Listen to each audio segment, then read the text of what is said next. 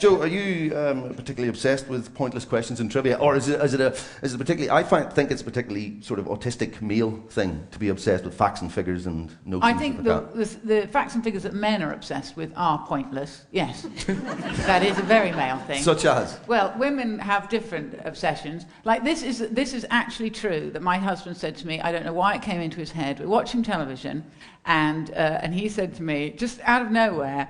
So everything's metric. But why are bras still in inches? Right, so I ignored him, which is what I do, right? And he goes, and if they're in inches, why doesn't a woman say, my breasts are nearly 3 feet long? See, and every woman's going, because no woman wants long breasts. They are inevitable, though, aren't they? Well, eventually you do have to flick them over, I think, yes. Yes. But that's a sort of fact that, and men, they're always having those stupid conversations about who would win in a fight, a one-legged tiger or a shark with one eye, and, and that can take up a whole evening in a pub with men, Joe, I must warn you, strap yourself in, because that's what this is about. I think this is everything I hate, this show. Yeah. It's definitely a shark. Is it a shark? Yeah. Yes, you see, already they've sparked debate. There's men in this room, in the audience tonight. Yeah, they want to argue. Champing at the bits, going, I wouldn't be a shark, I'd be a one-legged tiger. I can tell you. But I think women do have other questions that are as trivial as yours, but not to us. I would like to know, how old do you have to be to die of old age? Oh, that's good. Because that can be very varied depending on where you live. Apparently, if you're a man in Glasgow, it's 57. Right? Yeah, no, so, don't go. But do you have to be from Glasgow or just visiting? Yeah, I think if you stay there more than 5 hours, then that's it. Yeah. No, I think if you grew up that in is the worst place at the moment. And it's 57 is an old man in Glasgow. Yeah. Oh, look at him. Oh, he's 50. Oh, he's getting on now, isn't he? There's another thing that annoys me as well about this old age thing and about how long you're going to live, is when you go into a supermarket, and now that all the supermarkets are starting to do it, is they give you this bag for life. I find that slightly ominous.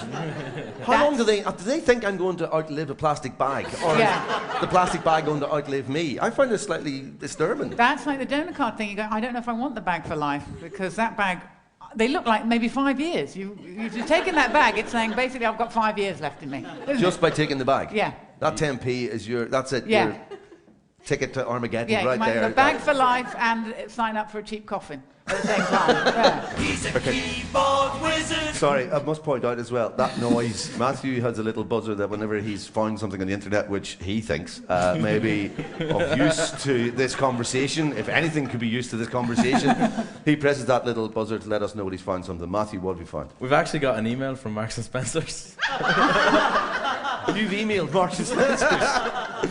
We've got a reply from Claire Wilkes in the corporate press office, and she said that the bag of her life depends on how often it's used. So, they estimate that a bag should last for approximately 15 shopping trips, and that once a week shoppers would need a new bag every 3 months, but their For Life campaign means that you buy one and they'll replace it for free. Hold on. Whoa. It's a whole different thing. Don't you hold your applause there.